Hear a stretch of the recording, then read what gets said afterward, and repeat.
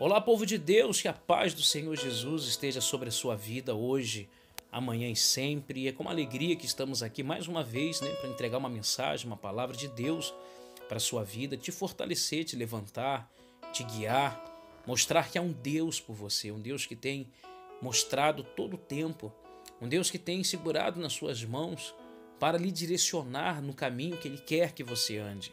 E isso é extraordinário, porque cada dia que nós sentamos aqui para buscar uma palavra, para buscar um direcionamento de Deus, Deus vem nos revelando algo novo. Deus vem falando algo para a igreja, algo para os seus filhos, para os seus escolhidos, para aqueles que a Bíblia fala que antes mesmo do mundo ser formado, Ele já havia nos escolhido. Que coisa extraordinária, que coisa maravilhosa, quando descobrimos que o Senhor nos escolheu. Quando descobrimos que Deus tem um propósito para cada um de nós, isso é extraordinário. E nós precisamos buscar em Deus isso. Eu quero daqui a pouquinho realizar uma oração por você. Eu tenho a certeza que o poder de Deus vai te visitar, vai te alcançar. Você que está aí em uma situação terminal, no hospital, no leito, essa oração vai de encontro a você, meu irmão, minha irmã. Você que está aí angustiado, aflito, desesperado, talvez pelas dívidas, por tantos problemas que você tem vivido, que você tem passado, eu quero dizer para você que Deus começou uma obra muito grande na sua vida e Ele quer terminar o que Ele começou. É só importante que você entenda que Deus não vai fazer aquilo que você vai fazer. Por isso Ele diz: eis que estou à porta e bato, se ouvires a minha voz e abrires a porta, eu entrarei e cearei com Ele e Ele comigo. Permita que Deus possa entrar por esta porta do seu coração e fazer morada em você. Convide Ele para entrar. Convide Ele, porque uma vez que Ele entra, a paz entra, a alegria entra, a força entra, a fé entra. Ou seja, você passa a ver que Deus começa a fazer você se sobressair diante dos problemas. Ele te eleva para um outro nível, aonde Ele passa a lhe mostrar as coisas. Ele te eleva a uma altura onde você passa a ver que o seu problema se torna tão pequenininho, porque você não passa mais a olhar o problema de baixo para cima.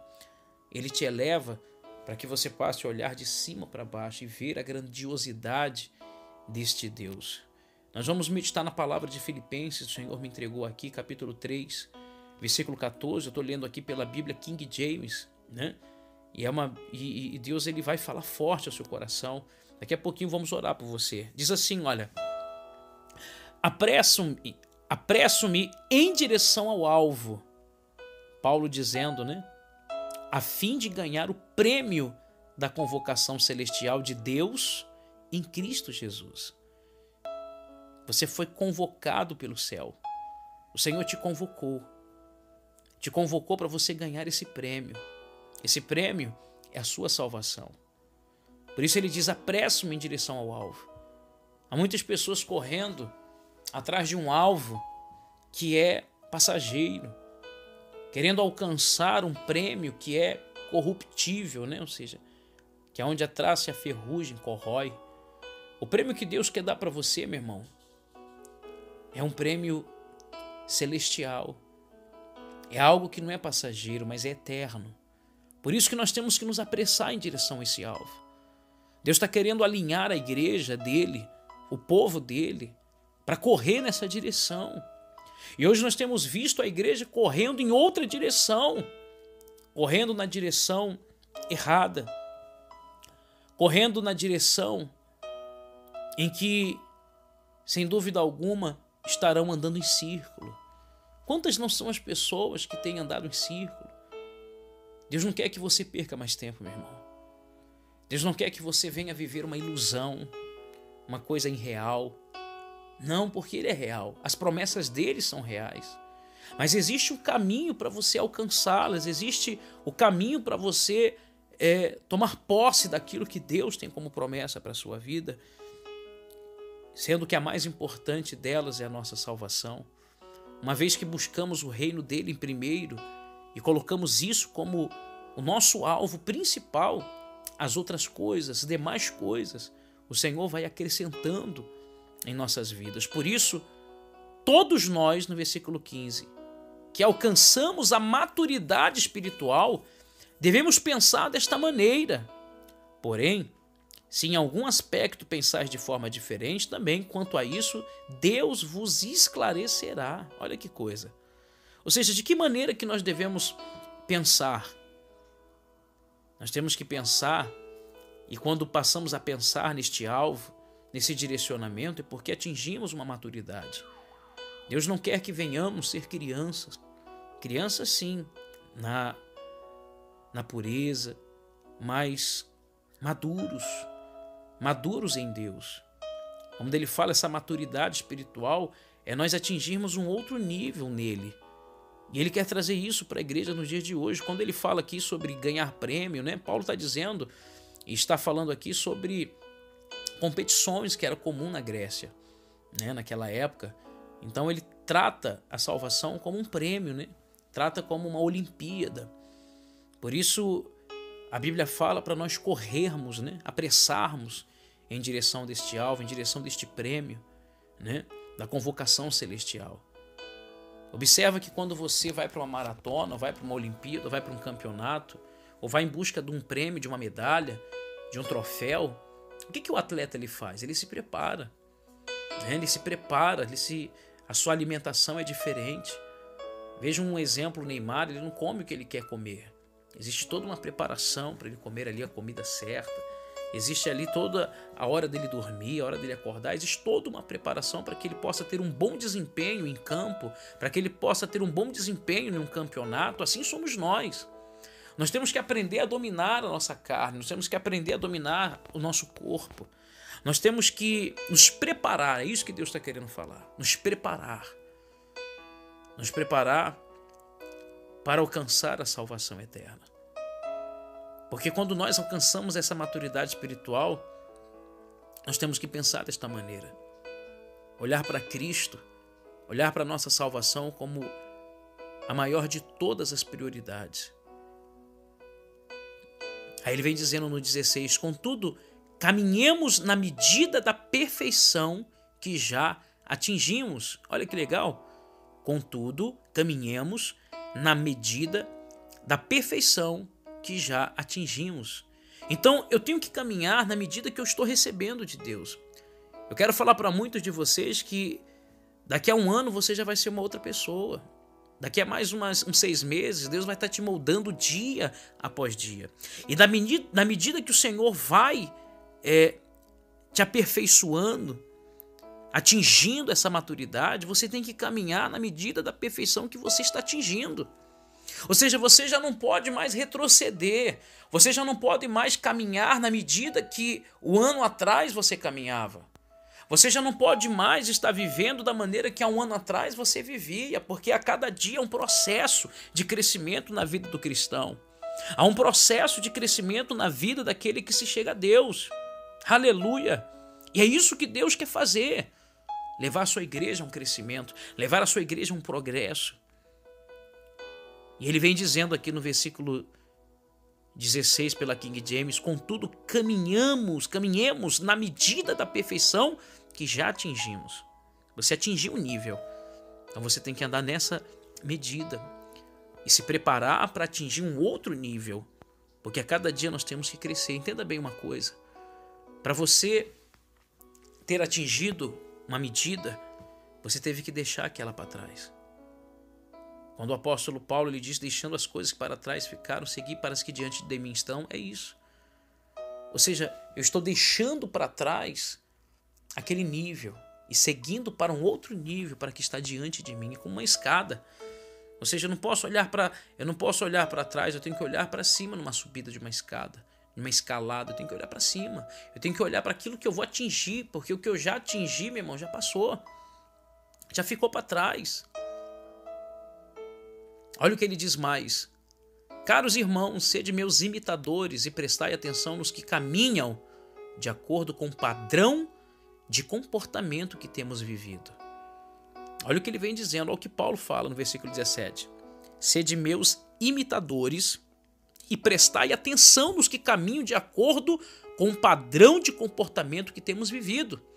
Você precisa prestar atenção com quem você está andando, com quem você está ouvindo, porque essas pessoas que estão próximas de você, elas têm que estar em um padrão de comportamento que agrade a Deus.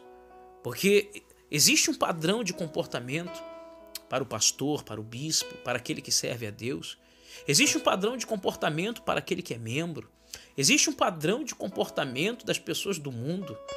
E qual é o tipo de padrão de comportamento que Paulo tinha? Ele diz: sejai os meus imitadores e caminhem de acordo com o padrão de comportamento que temos vivido.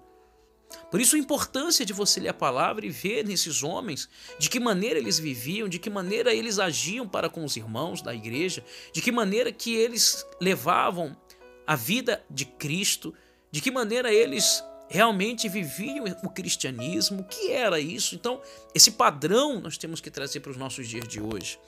No versículo 18 ele diz: porquanto, como já vos adverti repetidas vezes, e agora repito com lágrima nos olhos, que há muitos que vivem como inimigos da cruz de Cristo.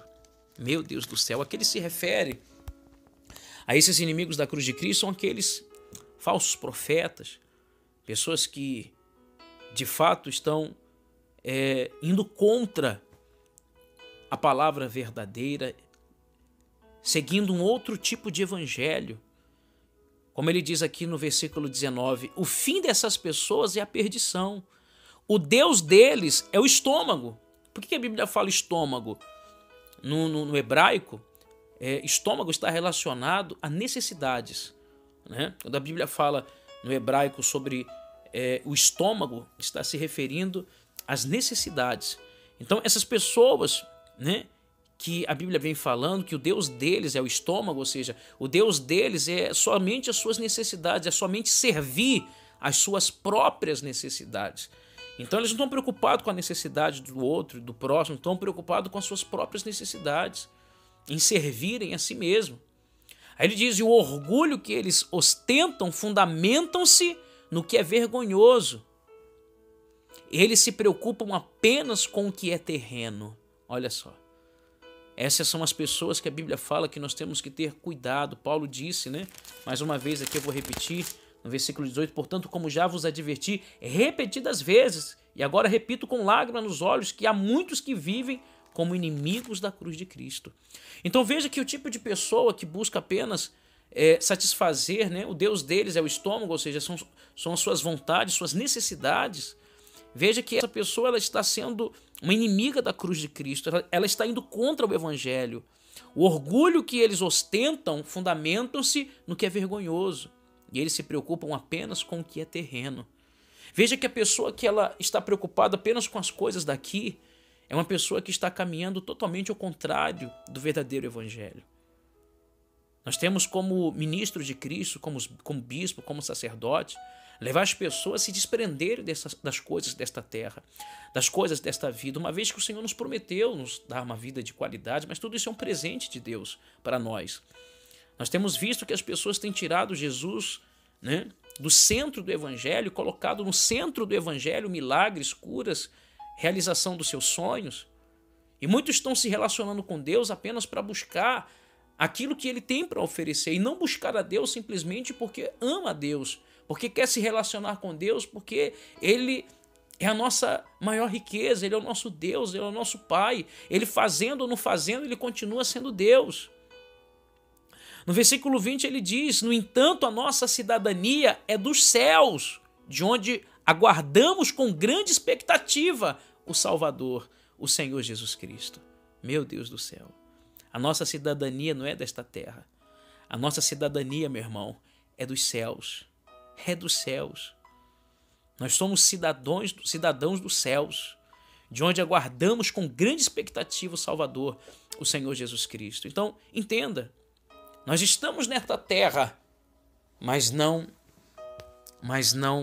somos dela. Nossa cidadania não está aqui. O nosso lugar não é aqui. Há um lugar em que o Senhor tem preparado. A nossa pátria não é essa. Nossa pátria, ela é celestial. E quando você entende isso, é porque você atingiu a maturidade espiritual em Cristo Jesus. Glória a Deus. Toma posse dessa palavra.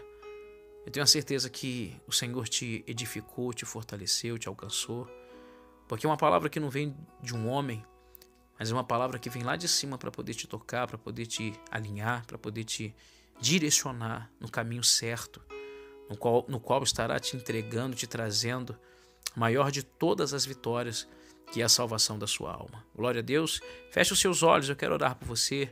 É momento de oração. Pai, obrigado por essa palavra, Senhor. Eu oro por aqueles que estão nesse momento nos ouvindo. Meu Pai, numa cama de hospital, aqueles que estão aí agora, Pai, precisando do teu toque, precisando da tua presença, precisando do teu milagre. Que primeiramente, Deus, o Senhor possa fazê-las entender que tudo isso aqui é passageiro, Pai. Que o Senhor venha fazê-la entender que a nossa pátria não está neste mundo, meu Deus, mas está no teu reino, está no celestial. Que o Senhor venha fazer teu povo, Pai, alcançar uma maturidade. Que o Senhor venha levá-los, Pai, a se tornar imitadores de Paulo, imitadores de homens, Pai, que de fato estão te servindo da maneira que precisa, da maneira que necessita, da maneira correta, da maneira em que estará levando as pessoas, meu Pai, a crescerem no Senhor. Nós lhe pedimos isso, que eles possam caminhar na medida da perfeição que já estão atingindo no Senhor. Que o Senhor ensine eles, Pai. Eu lhe peço, toca na vida deste que está aí doente, que está aí, meu Pai, com um caroço, um tumor, um câncer, uma infecção. Eu consagro e abençoo a vida de todos os que nos ouvem nesse instante. Repreenda todo o espírito de morte, Pai, de enfermidade, de miséria, tudo que vem fechando as portas para o teu povo. Deus, que nessa hora se abra, que nessa hora o Senhor venha mover as tuas mãos de poder, Senhor, trazendo libertação, trazendo cura, trazendo salvação, trazendo, meu Deus, a transformação que vem de dentro para fora, a conversão desta alma, Pai, que talvez deixou de ser celestial e se tornou terrena. Traz o teu povo para perto do Senhor. Aqueles que estavam doentes sejam curados. Opera, Pai, na vida de todo o teu povo. Nós lhe pedimos isso e os abençoamos para a glória do Pai, para a glória do Filho e para a glória do Espírito Santo. E os que creem, digam amém